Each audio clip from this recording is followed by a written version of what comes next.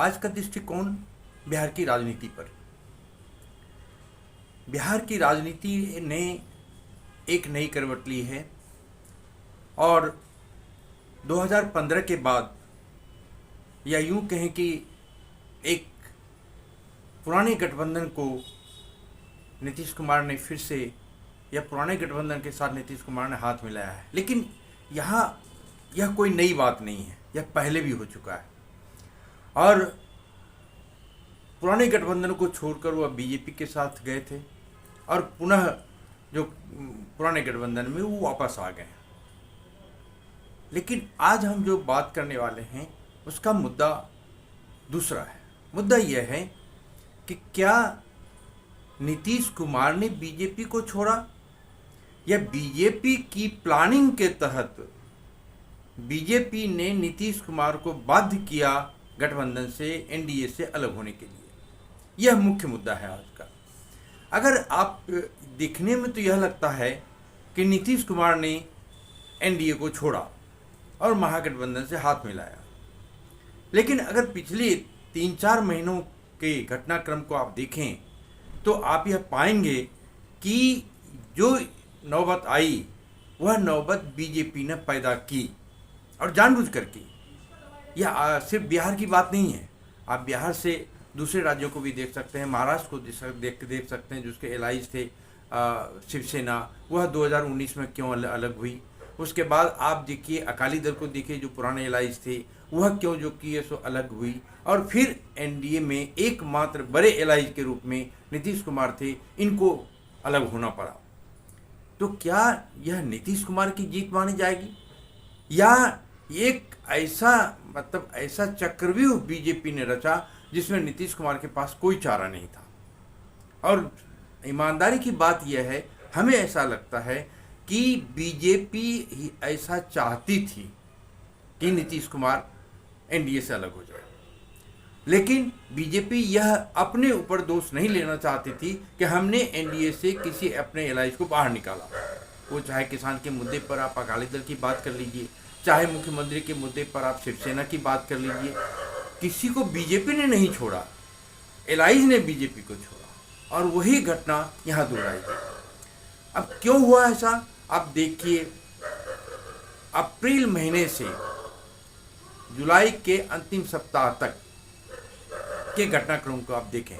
इसी जब अप्रैल में इफ्तार पार्टी में तेजस्वी के घर गए थे या राबड़ी जी के घर गए थे नीतीश कुमार, तब से ही बिहार की राजनीति करवट लेने लग गई थी और लग गया था कि कुछ न कुछ नई खिचड़ी पक रही है। बात यह भी आई कि अभी एक बीजेपी के नेता ने, बड़े नेता ने कहा, सुशील कुमार मोदी ने का नाम आया कि उपराष्ट्रपति का पद वह चाहते थे, इसलिए उपराष्ट्रपति का पद उनको नहीं मिला, इसलिए उन्होंने गठबंधन तोड़ा। यह मेरे हिसाब से सब बनी बनाई बातें हैं। बात यह है कि बीजेपी ने अगर 2017 में नीतीश कुमार को अपने साथ न लिया होता तो बीजेपी शायद बेहतर स्थिति में होती। अब देखिए इसका परिणाम देखिए अब क्या होने वाला। अब यह होने वाला है कि क्या जेडीयू में भगदड़ मचेगी। तो ऊपर लगता होगा कि चूंकि महागठबंधन के साथ राजद शामिल है, उसमें कांग्रेस शामिल है, वामपंथी पार्टियां शामिल है, तो भगदड़ नहीं मचेगी। बिल्कुल सही बात। लेकिन क्या उतनी ही सीटों पर राजद के साथ और महागठबंधन में जेडीयू लड़ पाएगी? अगर थोड़ी देर के लिए हम मान भी लेते हैं कि आज तीसरे नंबर की पार्टी है जदयू बिहार में, तो आने वाले समय में 240 में से कितने सीटों पर जदयू लड़ेगी? क्योंकि 80 सीट, 79 सीट तो राजद के पास है, तो क्या वो वह 79 सीट छोड़ेगी? नहीं छोड़ेगी। तो मान लीजिए जितने 19 सीट कांग्रेस के पास है वह छोड़ेगी? वह भी नहीं छोड़ेगी। वामपंथियों के पास 16 सीट है, वह भी नहीं छोड़ेगी। अब सवाल यह उठा कि इनके हिस्से में लड़ने के लिए कितनी सीटें आएंगी। मान लीजिए 70-75 सीटें आएंगी, तो 75 सीट में 80 सीट अगर इनको मिलता है, तो क्या आप समझते हैं कि यह जो कि 140-45 सीट जीत, अगर जीत भी जाते हैं तो कौन सी बेहतर स्थिति में होंगे? चलिए विधानसभा के मुद्दे पर थोड़ा सा हम इस बात को मान लेते हैं कि हो सकता है, क्योंकि महागठबंधन के साथ नीतीश की पार्टी मिली हुई है तो शायद नुकसान न हो। लेकिन लोकसभा में क्या होगा? 40 में से कितनी सीटें जेडीयू को मिलेगी?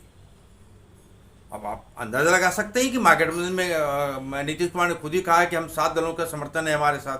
तो वो 7 दलों की भी तो महत्वाकांक्षा है। वो महत्वाकांक्षा कैसे पूरी कर पाएंगे नीतीश कुमार या तेजस्वी यादव? तो भगदड़ तो मचेगी। तो भगदड़ कहाँ मचेगी?